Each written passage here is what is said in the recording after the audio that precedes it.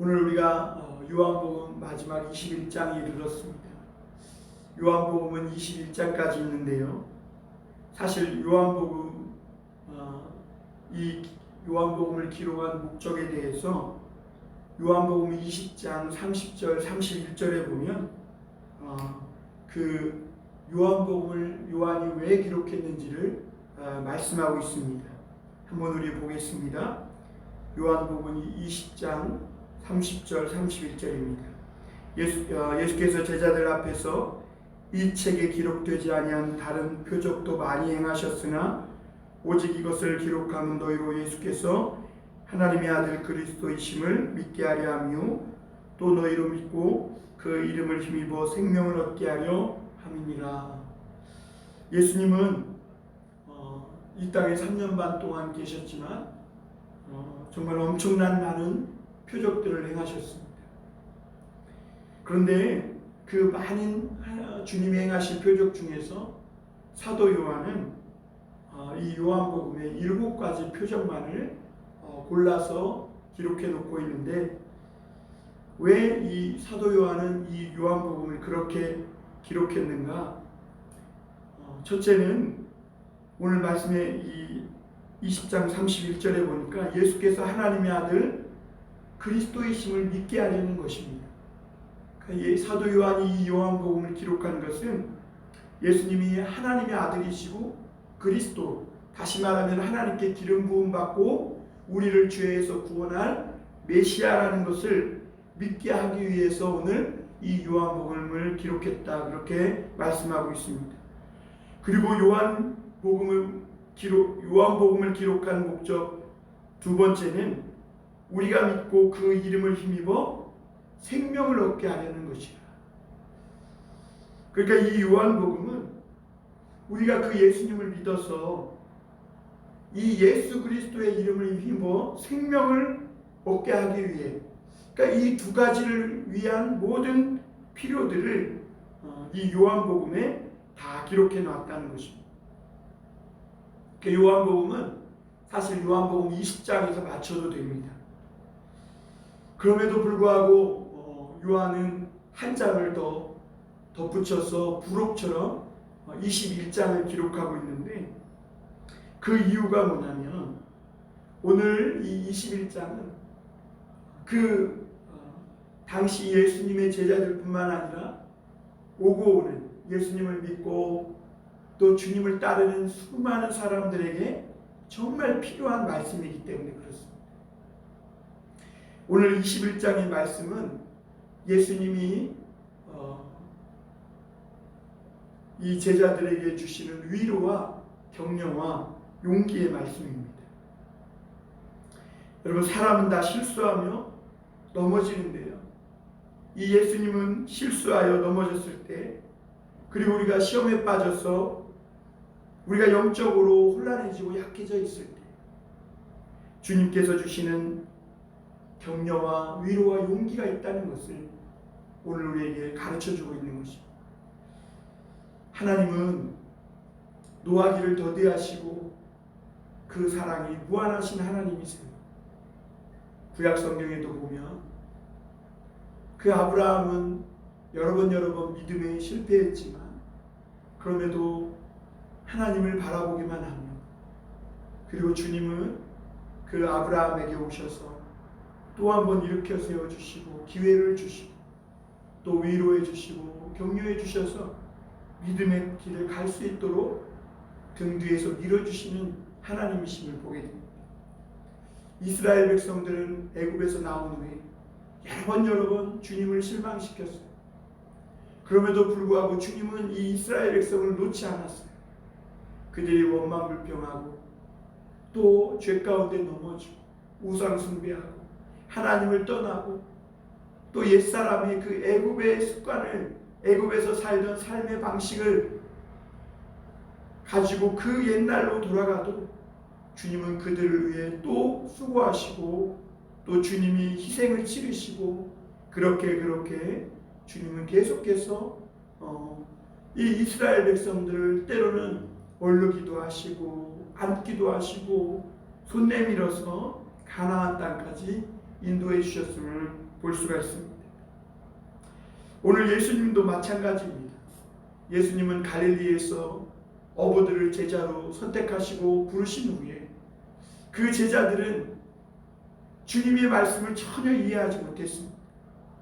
그리고 주님을 온전히 믿지도 못했습니다.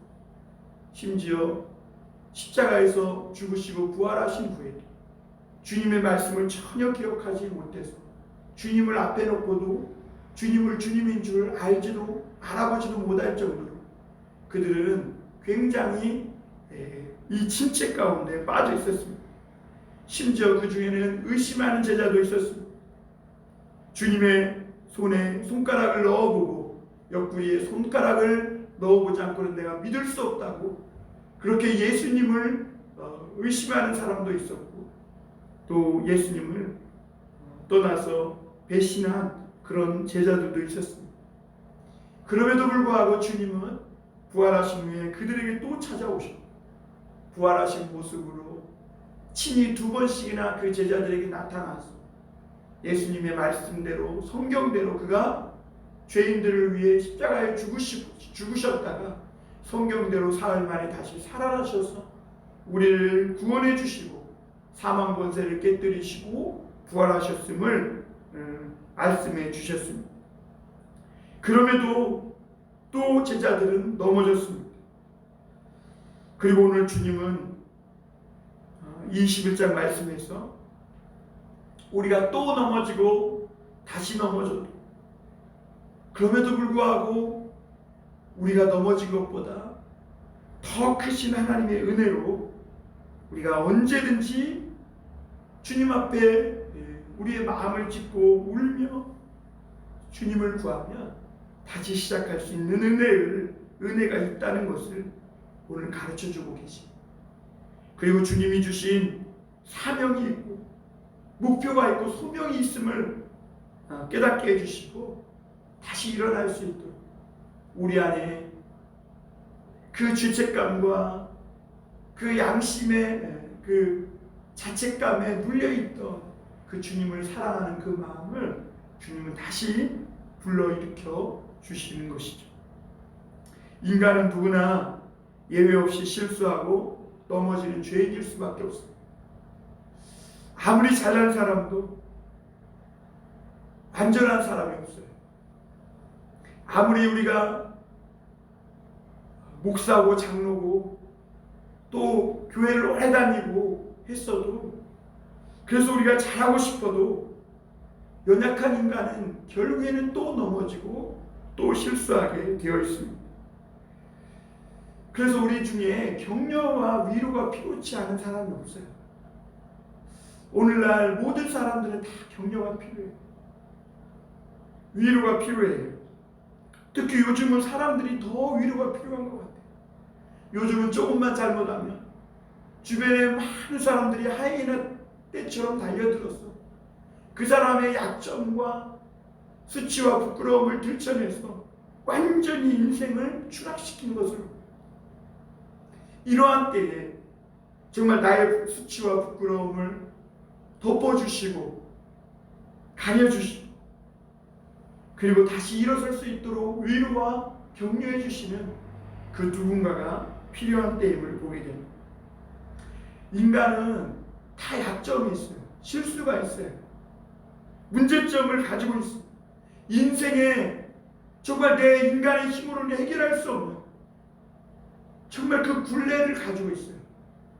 어떤 사람은 돈 문제, 어떤 사람은 건강의 문제, 어떤 사람은 자녀의 문제고, 어떤 사람은 자기 성품의 문제, 어떤 사람은 이것저것 첩첩산중으로 설상가상으로 정말 인생이 풀리지 않고 계속해서 어두움 속에 어려움 속에 빠지는 그런 사람들도 있어요. 그러므로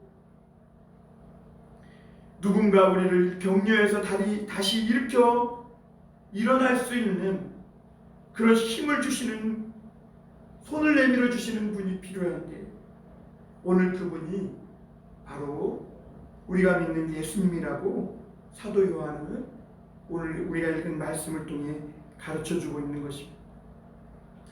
예수님은 이 사도 요한은 예수님을 믿고 영생을 얻는 데 필요한 말씀을 다 기록해 놨어요. 그런데 여러분, 우리가 예수님 믿고 영생만 얻으면 그것으로 끝나나요? 여러분, 우리의 인생은 정말 고해와 같아요. 고난의 연속이에요. 정말 누군가 우리를 붙잡아 주지 않고 우리에게 다시 일어날 수 있는 힘과 용기를 주지 않으면 하루도 다시 설 수 없는 것이 우리 인생이죠. 그래서 예수님은 마지막 제자들을 보면서 안타까움을 가지시고 이 제자들을 찾아오셨어요. 어리석고 믿음 없고 정말 약한 이 제자들을 보신 주님은 다시 또 넘어져 있는 제자들에게 찾아오셔서 위로해 주시고 용기를 북돋아 주시고 다시 일으켜 세워서 그들이 가졌던 그 꿈, 그 소망, 그 비전을 향해 다시 한번 일어날 수 있는, 풀을 털고 다시 시작할 수 있는 은혜를 오늘 공급해 주시는 것을 보게 됩니다. 자전거는 서 있으면 넘어지게 됩니다. 계속해서 밟아야 넘어지지 않고 앞으로 향해 나아갈 수 있습니다. 그러려면 노력이 필요하고 계속적으로 페달을 밟아야 하는 노력을 하고 애를 써야 합니다. 그런데 우리는 계속 노력하지 못해요. 계속 노력할 수 있는 사람이 없어요. 때로는 회차에 빠지기도 하고 시험에 빠지기도 하고 때로는 멈춰서 뒤로 물러나서 믿음의 슬럼프에 빠지기도 하고 그리고 옛날 죄인의 모습으로 돌아가고 옛날 죄의 습관 또 옛사람의 그 못된 성품으로 다시 돌아가는 일도 여러 번 있음을 보게 됩니다. 여러 번 저도 결심해봤고 아마 여러분들도 결심해봤을 거예요. 인간적인 결심으로 의지로 내가 다시는 그렇게 하지 말아야지. 근데 또 넘어져요. 내가 다시는 벼락같이 화내지 말아야지. 예? 어느 순간 또 화내요.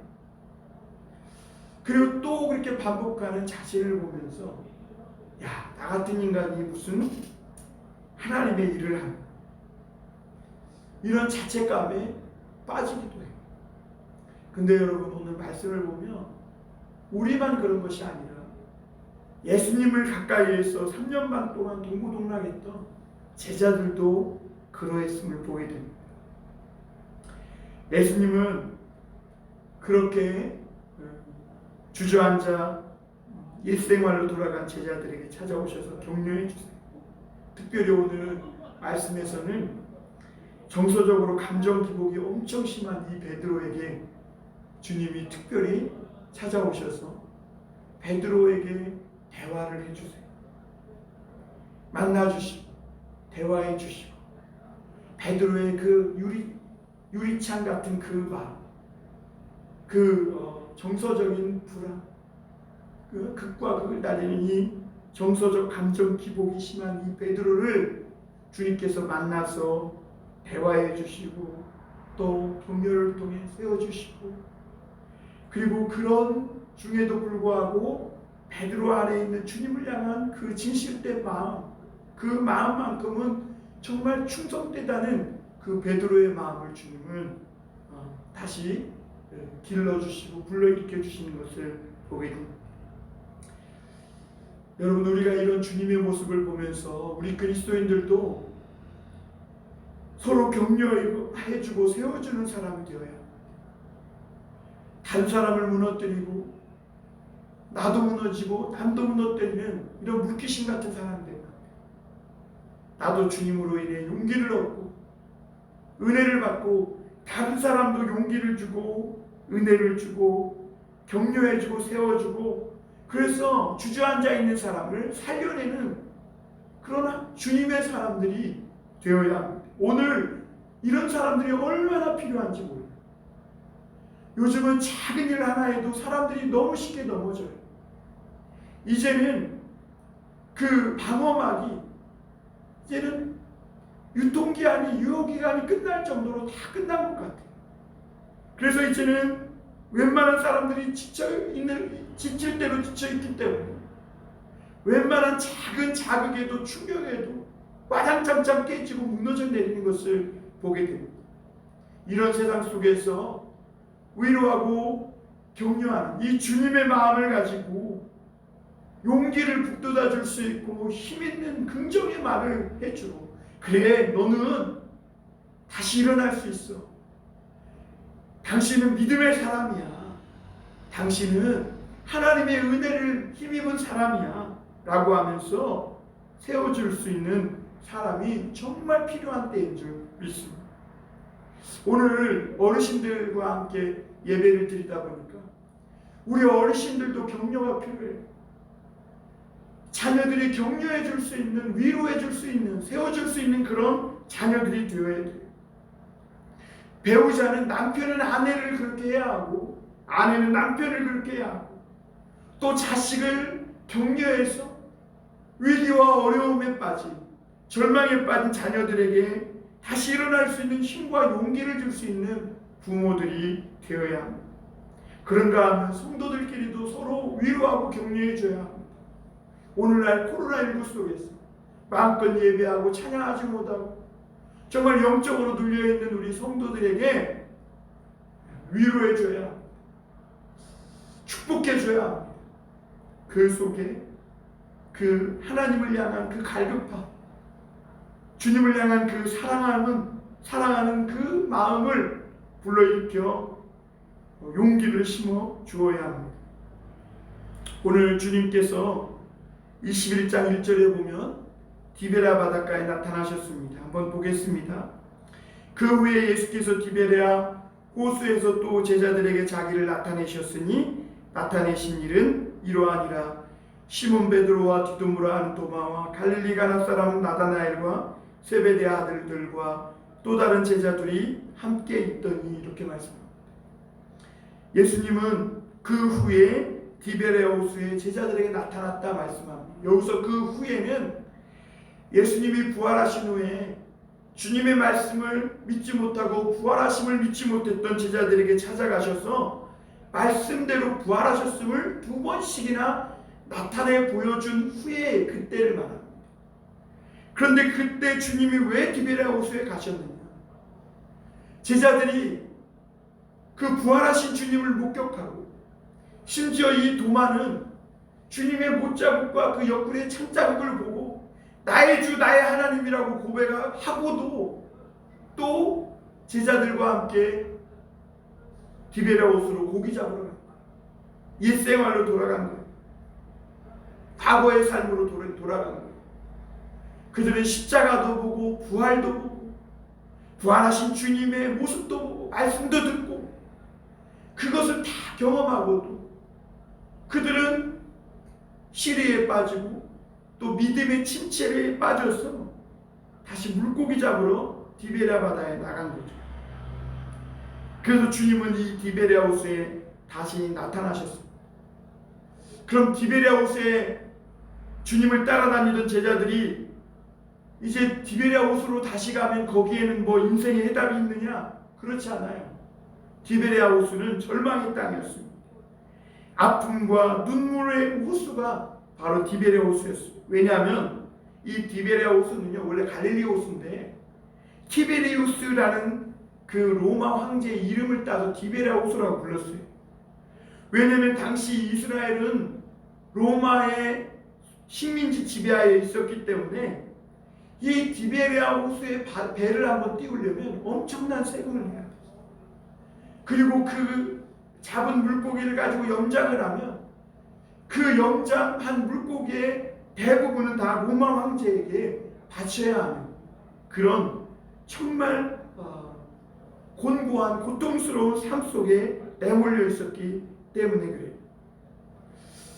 오늘 이 제자들과 이 베드로와 제자들이 디베랴 바다에 가서 물고기를 많이라도 잡으면 그래도 괜찮아요. 그래도 많이 세금으로 내고 그나마도 좀 가져올 것이 있으니까 괜찮아요.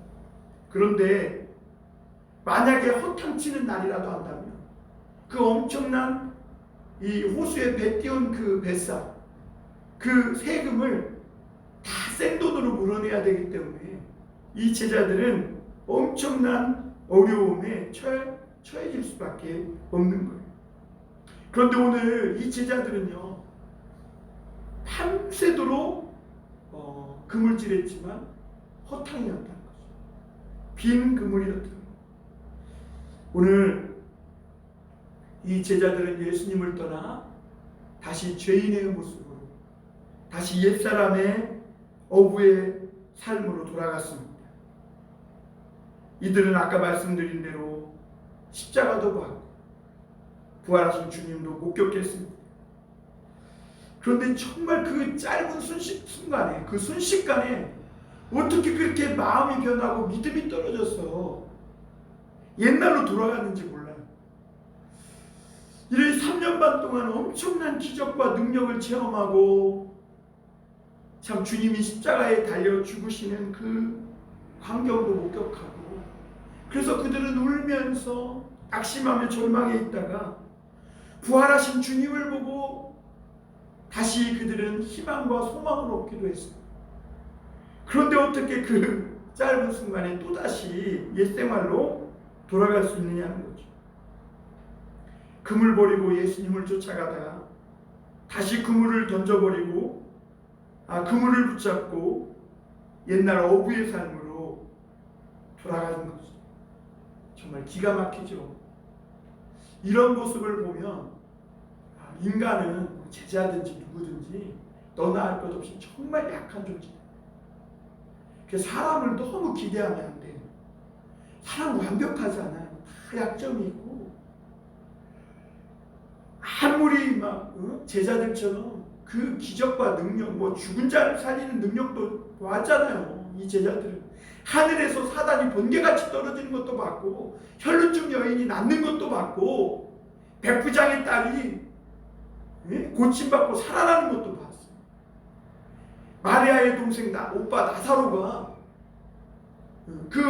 죽은 나사로가 수의를 두른 채 그냥 살아나는 역사도 봤어요. 그런데 어떻게 이렇게 빨리 옛상으로 돌아가는가? 주님이 이 인간이 얼마나 약한 존재인지를 오늘 주님은 우리에게 가르쳐주고 있는 것이죠. 그러므로 여러분, 오늘 하나님 앞에서 우리는 내가 약한 존재라는 것을 인정해야 합니다. 내가 죄인이고, 우리는 언제든지 믿음이 없어지면 과거로 돌아가 본성대로, 우리 인간의 본성대로 살려고 하는 습성을 가진 연약한 인간이라는 것을 우리는 하나님 앞에서 솔직하게 고백해야 합니다. 영적 우월감, 나는 믿음이 있는 자, 내가 죽기까지 주를 따르겠나이다, 이렇게 자기의 확신에 찬 고백을 하지 말아야 돼요. 우리는 정말 약한 존재. 그리고 오늘 우리가 이 말씀에서 보면 이 사람을 잘 만나는 게 필요해요. 오늘 베드로는요, 제자들 중에 가장 먼저 이름이 거론되는 리더와 같은 사람. 그런데 오늘 3절에 보면 뭐라고 하는 줄 아세요? 우리 3절 한번 보겠습니다. 시몬 베드로가 나는 물고기 잡으러 가노라 하니 그들이 우리도 함께 가겠다 하고 나가서 배에 올랐으나 그날 밤에 아무것도 잡지 못하였더니, 이렇게 말합니다. 베드로가요, 물고기 잡으러 가자고. 참 사람을 잘 만나야 돼요. 내 옆에 믿음 없는 사람, 세상적인 사람, 그런 사람이 있으면 나도 그렇게 됩니다. 우리가 믿음의 그런 최고봉으로 올라가기는 어렵지만 저 밑바닥으로 나락으로 떨어진 건 한순간인 걸 보게 돼요. 특히 지도자를 잘 만나야 합니다. 지도자가 하나님의 이 말씀에 갈피를 잡지 못하고 방황하면 그 모든 전체가 방황하고 혼돈에 빠지게 되어 있습니다. 그리고 여러분, 우리가 그리스도인들이 하나님 앞에서 말씀의 분명한 방향성을 갖고 살아야 돼요. 왜냐하면 우리가 알게 모르게 우리는 다른 사람들에게 다 영향을 주며 살고 있거든요. 내 한마디에 다른 사람들은 흔들리는 거예요. 특히 이 오늘날과 같이 혼돈스럽고 뭘 해야 될지 모르고 방향을 잃어버리고 방황하는 이 세대 속에, 이 시대 속에서는 믿는 사람들이요, 분명한 방향과 목적을 가지고 긍정적이고 또 소망 있는 그런 사랑의 말을 가지고 갈피를 잡지 못하는 방황하는 사람들을 붙들어 줘야 돼요. 그런데 베드로가 나는 물고기 잡으러 갈 거야, 그게 무슨 말인지도 모르고 무언가는 하긴 해야 되는데 어떻게 해야 될지 몰라서, 자기도 몰라가지고 자기가 지금 뭘 해야 될지 모르니까 물고기 잡으러 가겠다 그러니까 다른 제자들도 거기에 다 휩쓸려서 다 따라가는 것을 보게 됩니다. 이 제자들은 다 십자가와 부활을 목격하고 경험한, 그런 체험한 사람이에요. 이런 걸 보면요, 우리가 깨닫게 되는 것이 뭐냐면, 우리가 십자가와 부활만 경험한 것만을 가지고는 세상을 이길 수 없다는 것을 깨닫게 돼요. 여기에 한 가지 더 해야 되는데, 십자가와 부활이 복음의 핵심이긴 하지만 이것이 우리 삶 속에 능력이 되기 위해서는 하나님의 성령이 성령의 능력을 기름 부음 받아야 한다는 거예요. 여러분, 성경도 그래요. 성경은요, 우리가 하나 예수님을 믿고 생명을 얻는 데 필요한 모든 말씀이 다 기록되어 있어요. 그런데 이 말씀이 내게 깨달아지고 내 삶의 능력으로 나타나기 위해서는 성령을 받아야 되는 거예요. 내 비고비인 마음에 성령의 충만함을 받아야 돼요. 오늘도 나의 이 영혼의 간이 세상에 꽂아져 있는 것이 아니라 하늘나라에 꽂아져서 성령을 폭포수같이 물붓듯이 받아야, 그래서 이 성령이 내 발목에 차고 허리에 차고 머리까지 차야, 그래서 은혜로 충만케 돼야 이 십자가와 부활이 능력으로 내 삶 속에 나타나게 되는 거예요. 기름짐이 넘쳐야, 성령의 기름짐이 넘쳐야 우리 어깨를 짓누르고 있는 이 죄의 멍에가 부러지고 죄를 이기고 죽음의 두려움을 이기고 부활의 능력을 가지고 살아갈 수 있게 되는 것이죠.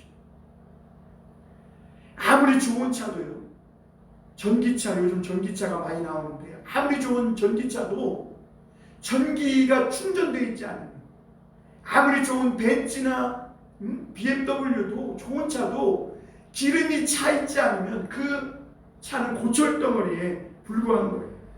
기름이 꽉 차 있고 전기가 충전되어 있어요. 완충되어 있을 때 스파크가 튀겨서 그 차가 앞으로, 그리고 그 핸들을 잡은 예수님의 핸들 운전대로 우리가 나아갈 수 있게 되는 거예요. 제자들이 주님의 담대함을 가지고 변화된 때가 언제냐? 오순절 마가의 다락방에서 성령을 받은 때라는 것을 기억해야 돼요. 그들은 기도할 때도 아니에요. 모였을 때도 아니에요. 모여서 기도할 때, 그래서 하나님의 성령이 물부터 부어질 때 그들이 3년 동안 듣고 배우고 훈련받았던 이 모든 것들이 그들의 삶 속의 능력으로 나타나기 시작한 겁니다. 성경 공부, 훈련, 예배 다 중요하지만 그 위에 그것이 정말 내 삶의 어떤 능력으로, 또 내 삶을, 내가 죄를 이기고 내 삶이 어떤 문제를 극복하는 하나님의 은혜로 나타나려면 오늘 나에게 기름부터 부어주시는 성령이 필요하다는 거죠. 오늘 제자들은 그렇게 무언가 삶을 찾아서 무언가 해야 될지 모르는 상황 속에서 바닷가에 가서 하루 종일 그물을 쳐옵니다. 애쓰고 노력해요.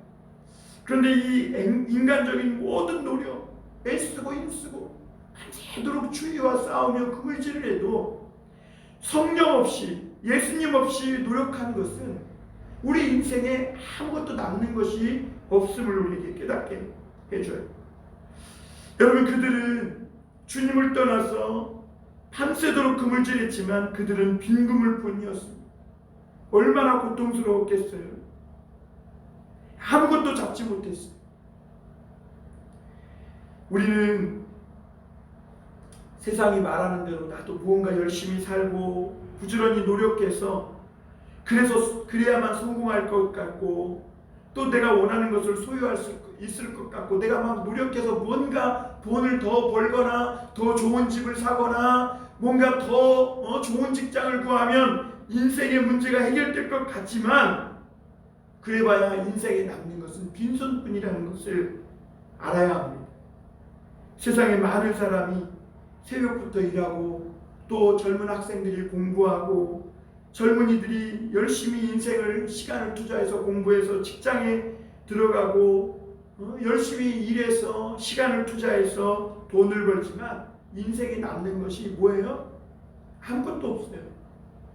병뿐이고 그리고 내 시간 다 빼앗기고 남는 것은 주름지, 늙은 내 연약한 몸밖에 남는 것이 없다는 거죠.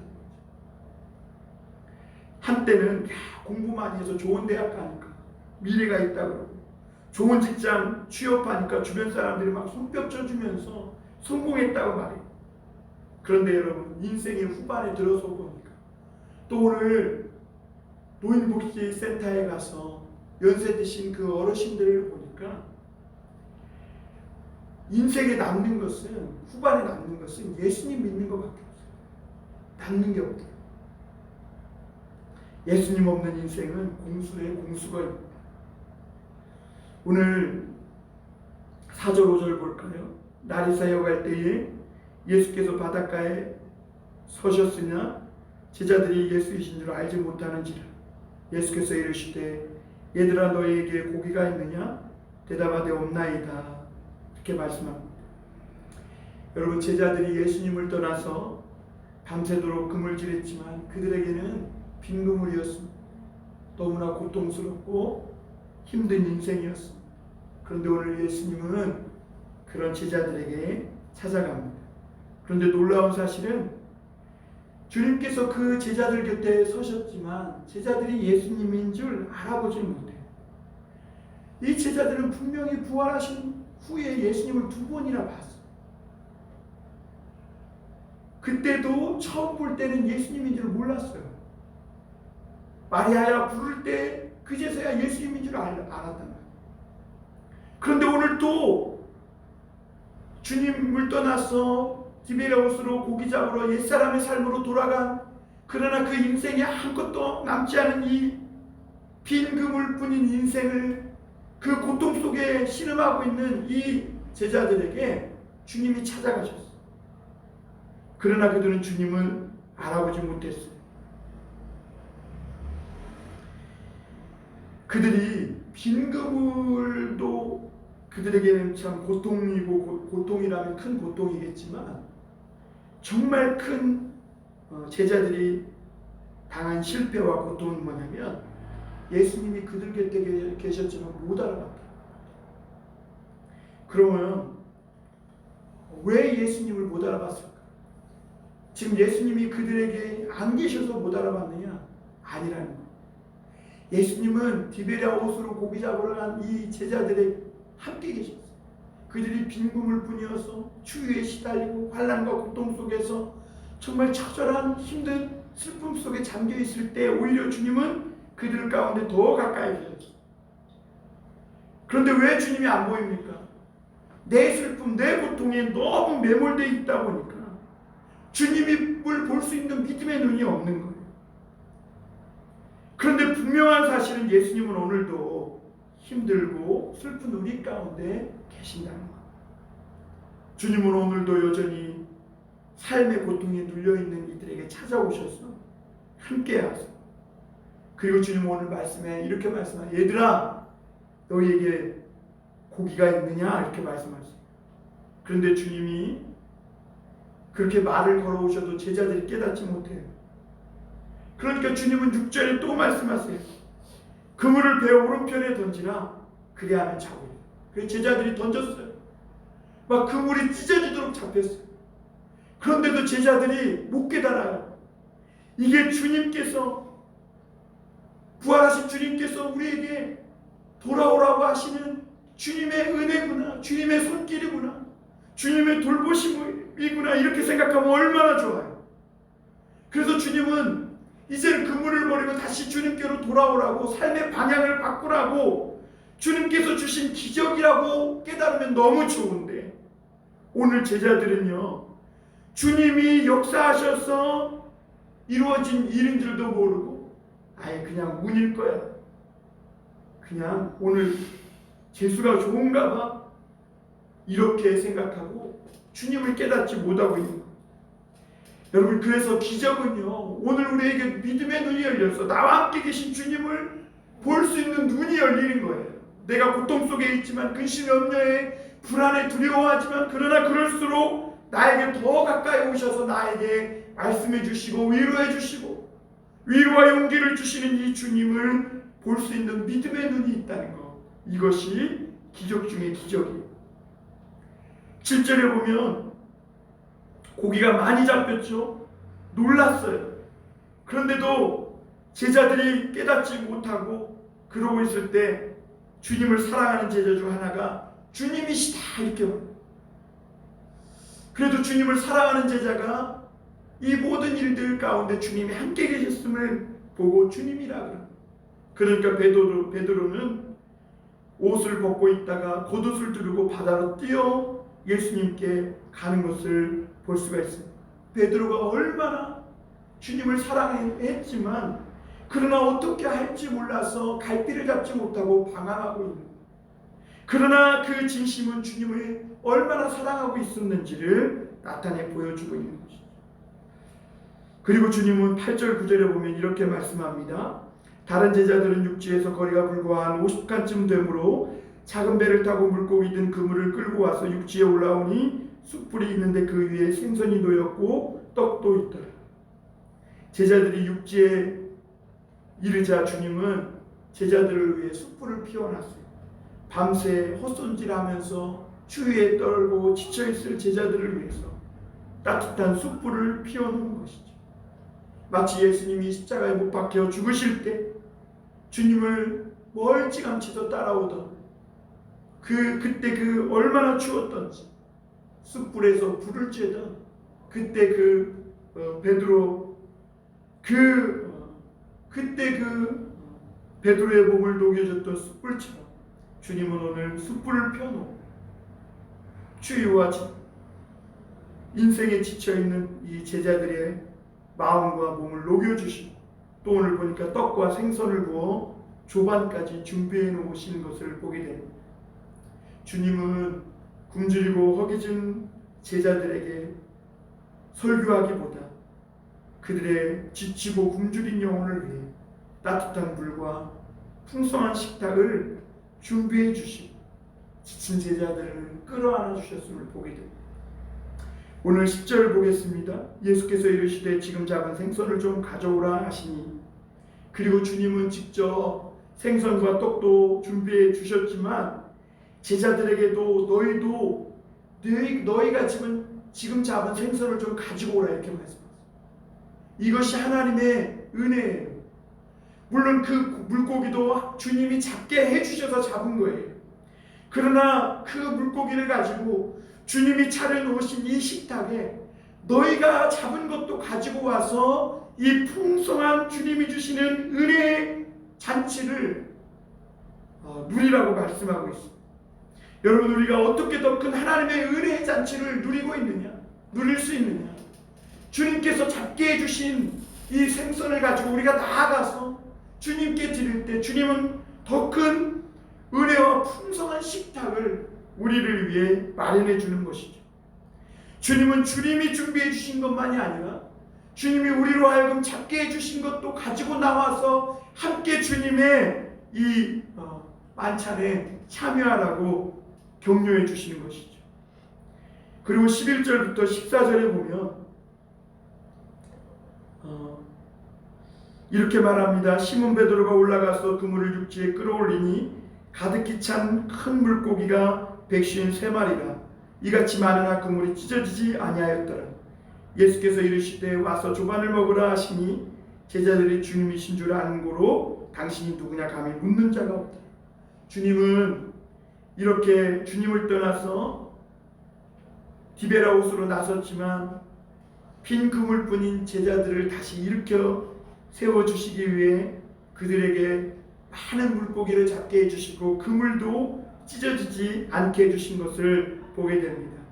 그리고 주님은 제자들에게 와서 조반을 먹으라 이렇게 말씀합니다. 이사야 55장에 보면 너희는 누구든지 값없이 돈 없이 와서 먹고 마시라. 이사야 선지자는 말하고 있는 것을 보게 됩니다.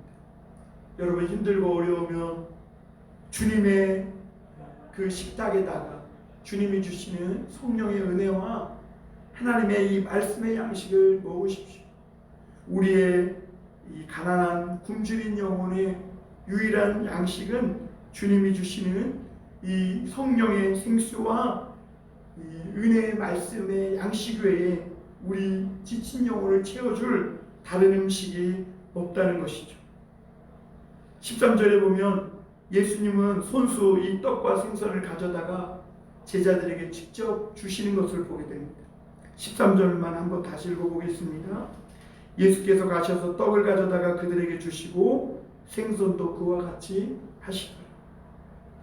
여러분 얼마나 이 예수님의 모습이 아름다워 보여요. 주님은 직접 떡과 생선을 가져다가 제자들에게 일일이 주시면서 실패한 인생에게 다시금 살아갈 수 있는 용기와 힘을 주시는 분이신 것을 보게 됩니다. 제자들은 다시 고기 잡으러 갔죠. 예수님은 그거에 대해 한마디도 언급 안 하세요. 그저 그들의 굶주림, 배고픔, 추위를 대표해 주시고 채워주시고 일으켜 세워주시는 것을 보게 됩니다. 우리는 자꾸 다른 사람의 실수와 약점을 부끄러움을 드러내서 그 사람을 내 앞에 굴복시키려고 하는 악한 이 못된 습성이 있습니다. 그런데 예수님은요 절대 그러지 않으셨어요. 알면서도 모른 척 하셨어요. 아무 실수 없는 것처럼 제자들이 허물이 없는 것처럼 이 제자들을 대해주시고 그냥 와서 먹으라 이렇게 부끄럽지 않게 체하지 않도록 제자들이 먹다가 체하지 않도록 그렇게 대해주세요. 얼마나 춥고 배고파 얼마나 고생이 많아 추위에 많이 떨었지. 너희가 오늘 세금 낼 거 많이 염려했지. 주님은 이렇게 말씀하시면서 떡을 떼어 입에 넣어주시고 불을 쬐고 목을 대필하십니다. 사랑하는 성도 여러분, 오늘 이 주님이 우리에게도 함께 계십니다. 이 주님을 믿음의 눈을 떠서 보시고 그 주님을 만나고 주님께 위로를 받으시고 격려와 용기를 힘입어 다시 일어날 수 있길 바랍니다. 자꾸 과거의 실수에 매여 다시 옛날의 부끄러움에 매여 넘어지지 말라는 것이죠. 이미 주님께서 다 지나가게 하셨고 우리 허물도 우리 약점도 우리 수치도 부끄러움도 다 지나가게 하십니다. 그러므로 이제 이런 것에 매여 있지 말고 주님께 위로와 격려를 받고 주님이 우리에게 주신 그 부르심을 쫓아 다시 힘을 내고 용기를 내셔서 새로워질 수 있는 그런 저와 여러분이 되었으면 좋겠습니다. 주님이 뭐라고 하세요? 너는 잘할 수 있다. 너 잘할 수 있어. 내가 너를 새롭게 해줄게. 주님은 등을 밀어주시는 주님이신 줄 믿습니다. 기도하겠습니다.